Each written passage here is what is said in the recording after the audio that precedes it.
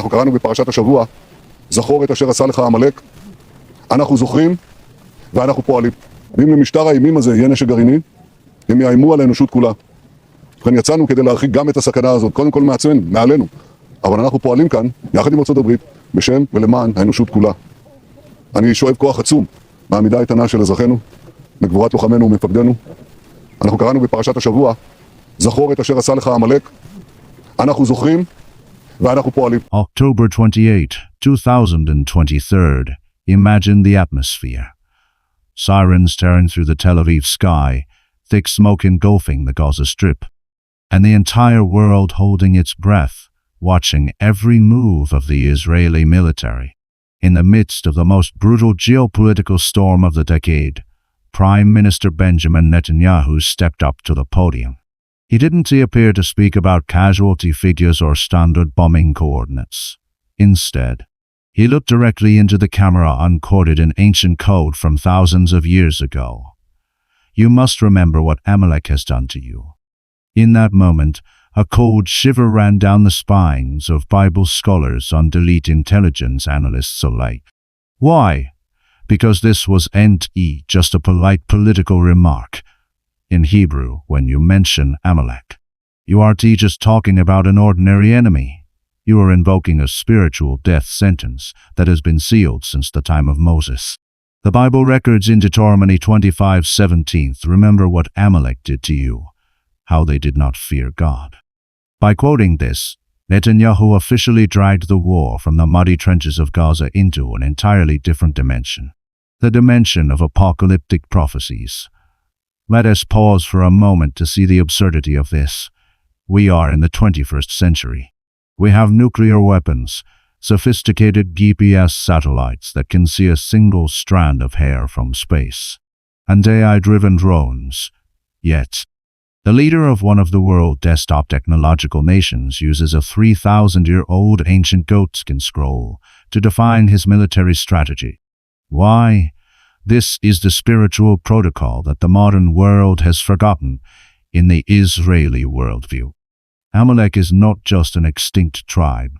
Amalek is a spiritual virus. It is an entity representing pure cruelty, one that specifically attacks the weakest, the elderly, and those lagging behind. Netanyahu does not view the current enemy as a mere political organization. He views them as the reincarnation of the Amalekite bloodline. Do you see the danger? When a war is labeled as a war with Amalek, there is no more room for negotiation. No more room for unbroken ceasefires. It becomes a war of extermination, where misguided mercy is seen as a crime against one's ancestors. The shockwave was instantaneous. From the luxurious commentary booths of CNN to the corridors of the International Court of Justice, ICJ in The Hague, this quote was turned into a smoking gun. South African international organizations used this very statement to accuse Israel of genocide. They argued that if you call someone Amalek, you are ordering the slaughter of everyone, men, women, and infants, exactly as Prophet Samuel commanded in 1 Samuel 15:3. But while politicians bickered over law, on forums like Reddit and Dex, a darker and more terrifying theory spread like wildfire. Is Netanyahu declaring a genetic war? People began reopening forbidden genealogical files. They asked, has the Amalekite bloodline never truly disappeared? Is it still flowing in the DNA of a certain group of people, waiting for the moment to rise and destroy the lineage of Israel? This is the ultimate point of contention. If Amalek is an evil DNA code, then this war will never end until one side is completely wiped off the map. This is why his speech triggered such a violent reaction and fear. It touches the deepest fear of humanity. Extermination based on bloodline. My friends, what you heard on the news last night is just the tip of a massive iceberg. We are not just witnessing a territorial conflict. We are witnessing the resurgence of an ancient power that humanity thought was buried under the dust of history. Today we want to talk about the politics of the left or the right. We are going to decode the Amalek file, a secret dossier that runs through the time of Abraham, through the Persian Empire of Haman, and sits right on the desks of heads of state today. The truth you are about to hear will make you question everything you thought you knew about reality. Is there a genetic code of enmity? Who is this prophecy truly talking about in today's current events? Brace yourselves, because the journey into the darkness of the Amalekite genealogy begins now.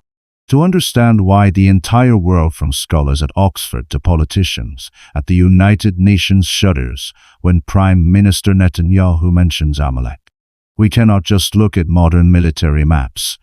We must go back 3,500 years. We must touch what I call the ancient blueprint of enmity. You see, Amalek was not an accident of history. They were a plan nurtured from bitterness. The Bible records in the book of Genesis that Amalek was the grandson of Esau. Remember Esau, the eldest son who sold his birthright for a mere bowl of red stew. A man who traded his eternal destiny for temporary hunger. But here is the dramatic part that traditional sermons often skip. Amalek did not just carry Esau's blood. He was the son of a concubine named Timnah. In Hebrew genealogy, this is a marginalized lineage, a bloodline carrying the DNA of rejection, envy, and a deep-seated bitterness toward the chosen brother, Jacob Israel. When we speak of Amalek today, we are talking about a generational spiritual genetic code. It is hatred without a reason. A hatred rooted in the feeling of being deprived of a blessing. When Netanyahu quotes the prophecy, he is implying that the enemy Israel faces is not a new one. It is the resurgence of a genetic phantom that has haunted this lineage since the womb. Why was Amalek branded as enemy number one of heaven? Why not the Pharaoh of Egypt or other superpowers? The answer lies in a brutal event recorded in Deuteronomy 25:17-18. The Bible uses powerful, decisive words. Remember what Amalek did to you, how he met you on the way and attacked your rear guard, all the stragglers at your rear. When you were weary and worn out, he did not fear God. Reflect on this in the context of modern life. Amalek is not an honorable warrior. They do not attack the elite army surging forward with fire. They wait. They lurk. They choose the moment when you are weakest, when your family is most broken, when your faith is wavering, to strike the rear guard. Who is that rear guard? It is the elderly, the women, and the children lagging behind because of exhaustion in the desert of life.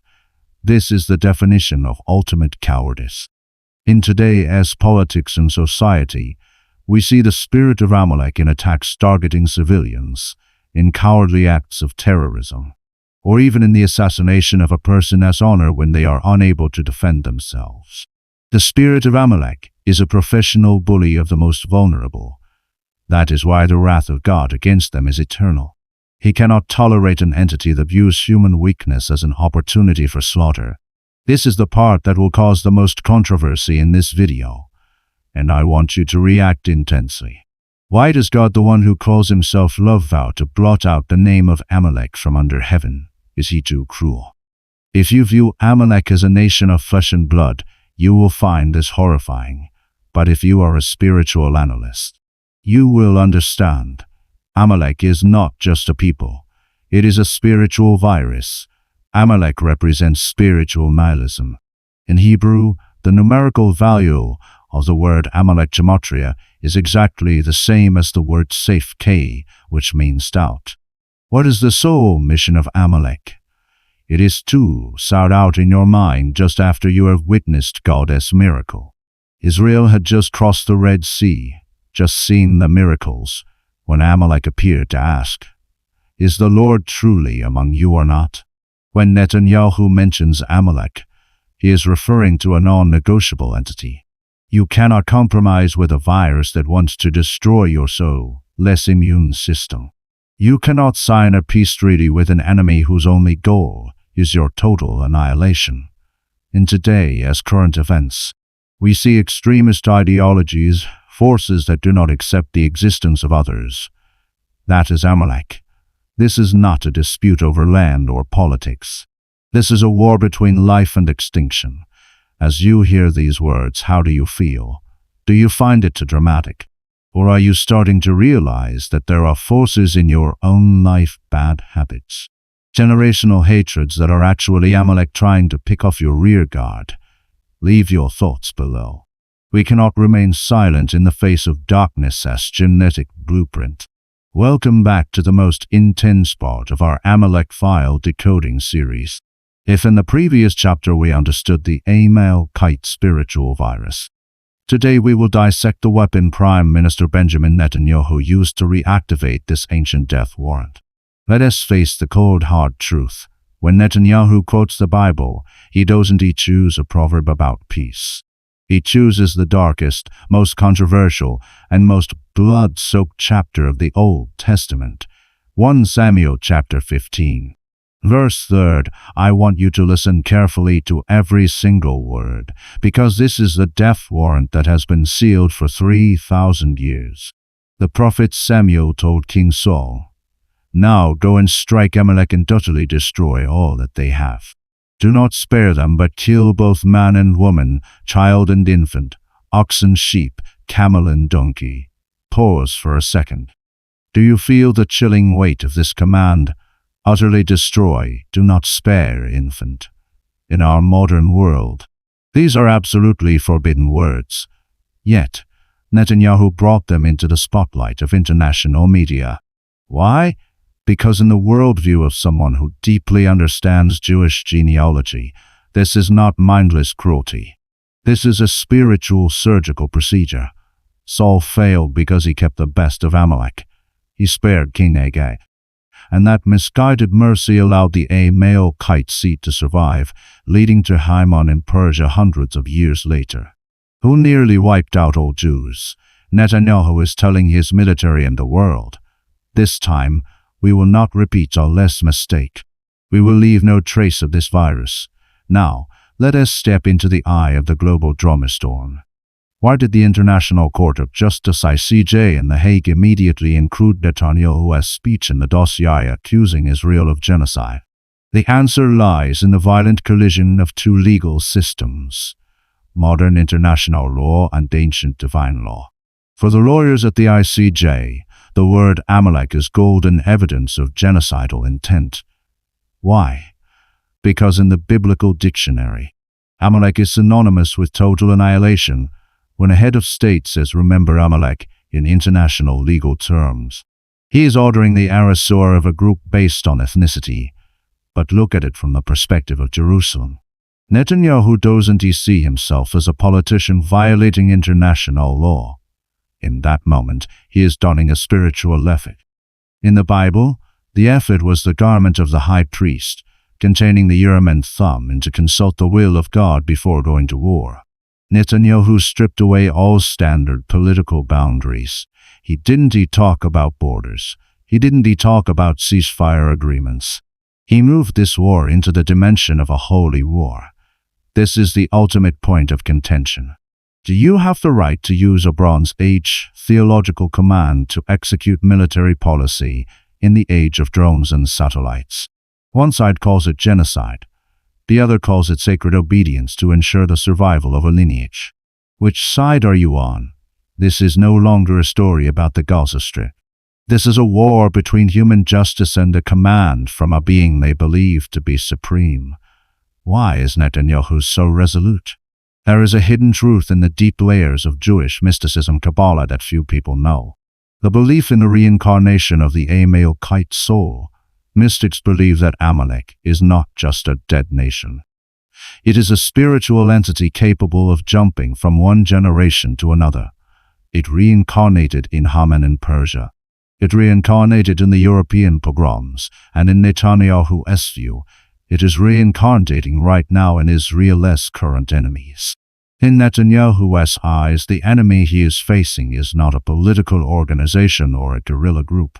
He sees the manifestation of the Odejdite bloodline, the descendants of the Amalekite king whom Saul spared long ago. This is a spiritual DNA sweep. Look at our current events. Gratuitous hatred, brutal acts targeting weak civilians to the Jewish mind. These are the fingerprints of Amalek. They believe that if this soul is not uprooted at its core, it will mutate and return in a different, more vicious form decades later. This is exactly why this issue triggers such a violent reaction. It forces the listener to reflect. Does evil truly exist in a spiritual genetic form? Or is labeling an enemy Amalek just a manipulative tool to legitimize the most horrific actions? I want you to debate fiercely in the comments below. Is Netanyahu a hero protecting his people from an ancient curse? Or is he an extremist using the Bible to ignite an irreparable catastrophe? The truth has been exposed through the microscope of theology and politics, but the right to decide your perspective belongs to you. Do not remain silent, for Amalek always rises strongest in our silence and indifference. Welcome back to the eye of the storm. Look at what was on your television screens last night, in the sleek studios of CNN, the BBC, or Al Jazeera. Veteran anchors are staring into the camera with expressions of sheer disbelief. Why? Why did the Western media react so violently? Almost with terror to a simple biblical quote. The answer is simple yet devastating. We are witnessing a head-on collision between two incompatible worldviews. On one side, you have the modern system, built on international law, the Geneva Convention, and the diplomatic rules established after World War II. A system that believes every conflict can be settled through negotiation and humanitarian lenses. But on the other side, Benjamin Netanyahu is standing on an entirely different foundation. He is not standing on the laws of men in The Hague. He is standing on an ancient, blood-soaked, and absolute divine law. When Netanyahu invoked the name of Amalek, he dropped a spiritual atomic bomb into the middle of the unbriefing room. To CNN, it was genocidal rhetoric. But to those who understand the dimension of genealogy, it was a decree of eternal justice. The Western media is panicked because they realize that for Israel, this is not a standard territorial dispute that can be solved with a peace treaty signed on paper. You cannot apply human jurisprudence to an entity that believes it is carrying out a command from the Almighty. This collision reveals a massive blind spot. The modern world is completely blind to the spiritual forces operating behind military decisions. We are using the language of politics to explain an event that belongs to prophecy, while the mainstream media is in shock. A real war is erupting on forums like X, formerly Twitter, and Reddit. Polarization has reached a fever pitch, splitting the world into two suffocating lie-opposed camps. Camp 1. The skeptics and social activists. They are screaming that Netanyahu is using religion as a sophisticated PR shield. They argue that Amalek is merely a psychological manipulation tool, a way to sanctify military objectives and cover up political failures. To this camp, the Bible is just an old book being weaponized to legitimize violence in the 21st century. They ask, are we heading back to the Dark Ages, where people slaughter each other in the name of God? But look at Camp 2. The destiny believers and prophecy researchers. They see here the final battle between light and darkness. They believe what Netanyahu said is the naked truth, that the spirit of Amalek, the darkness that specifically targets the elderly and the young, has truly returned. On Reddit, thousands of threads are analyzing DNA genealogies and how the bloodlines of Haman and Agag are manifesting in modern forces hostile to Israel. To them, this is the 3,000-year rematch that the Bible foretold. And here is the question that should make you shudder. Where does the truth lie? There is a theory quietly circulating in mystical and underground geopolitical circles. Is Netanyahu deliberately triggering a Gog and Magog event ahead of schedule? In biblical prophecy, Gog and Magog is the final war of humanity, where every nation must choose a side. By naming Amalek, is Israel sending a signal to the spiritual realm to commence the end times process? React now. This is the moment for you to voice your personal stance. Do you see Netanyahu as a politician exploiting religion? Or is he a leader executing a divine decree in an age of unbelief? Is prophecy driving politics, or is politics distorting prophecy? Do not be silent. Your silence is indifference to the turning gears of history. Leave a comment below. because truth is only found when we dare to face the most terrifying controversies. Welcome to the most critical and perhaps the most terrifying chapter of our decoding journey. If you think what happened in Jerusalem in October 2023 was the finish line, you are dead wrong. That was merely a signal flare. Look at the raw data. Why is the keyword Purim 2026 exploding on Google and hidden forums?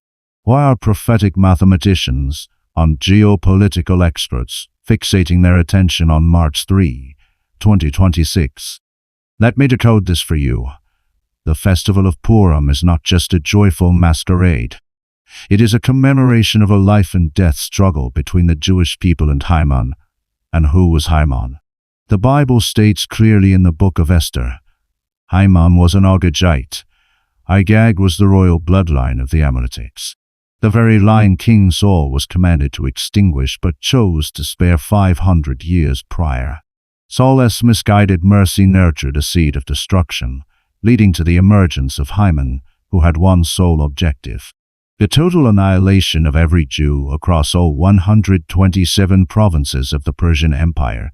We are fast approaching the Purim 2026 milestone. Look at the reality.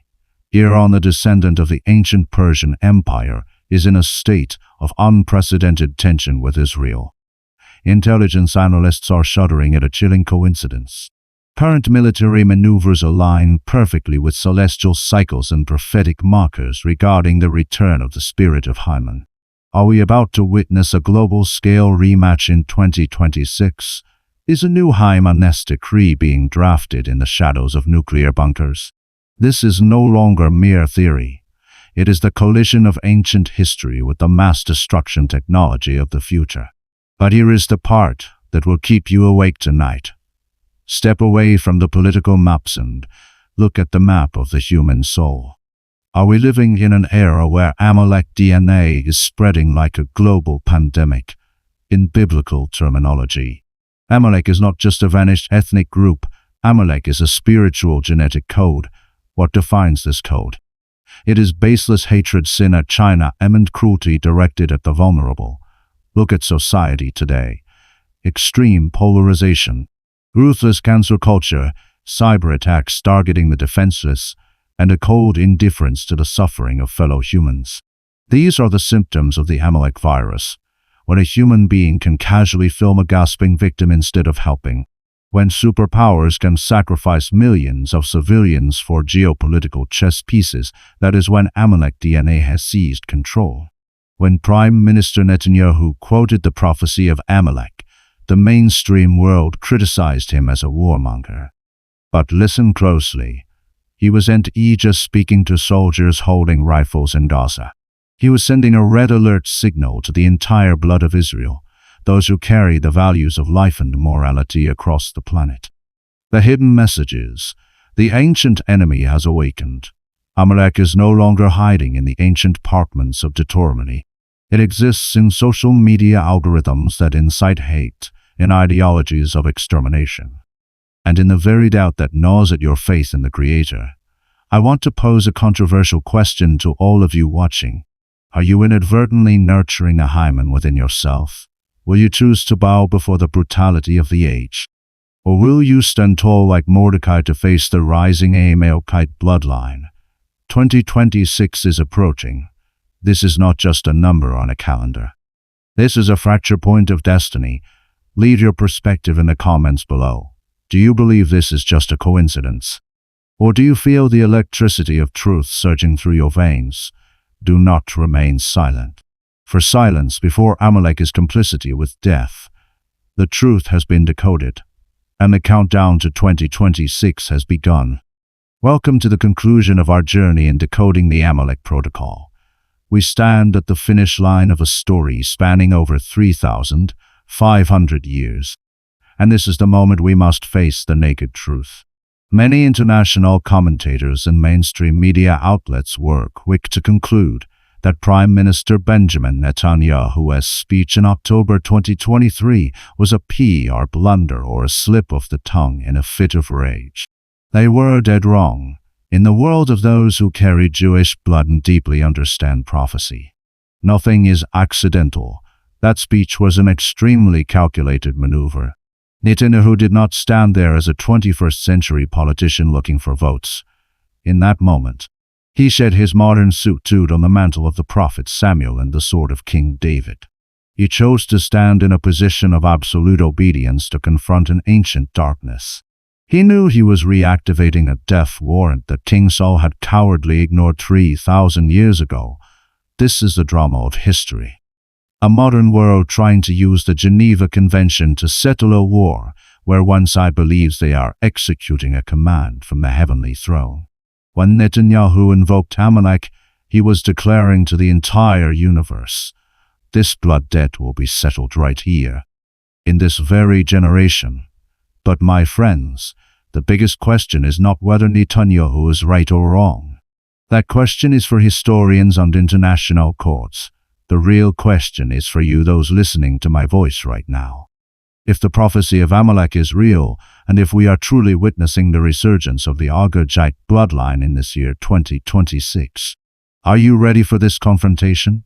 Don't just be obsessed with news headlines or bombing coordinates on your screen. Look deep into the genealogy of your own soul. Does the spirit of Amalek, the virus of doubt, the cruelty targeting the weak, and baseless hatred flow through your spiritual veins? Are you indifferent to the suffering of your fellow man? Are you bowing down to extermination ideologies just because they are trendy? In this final battle, there is no neutral ground. Either you carry the DNA of Israel, those who fight for life and morality, or you carry the DNA of Amalek, those who sow destruction in darkness. The battle in Jerusalem is merely the physical manifestation of a gargantuan war raging inside each of us. Choose your side before the clock of destiny strikes the final hour. If this revelation of the Amalek Protocol has torn through the veil of blindness and helped you realize that reality is shifting in a terrifying way, do not remain silent. True truth seekers never stand on the sidelines. Press subscribe right now to join the network of those who dare to face the hidden truth. Do not let mainstream media lull you into blindness with their artificial reports. Share this video immediately with those who are still wondering why the world is fracturing and collapsing. We must wake each other up before it is too late. The truth has been decoded. But remember, this is not the end. The real war within your own life has only just begun. Until the next revelation.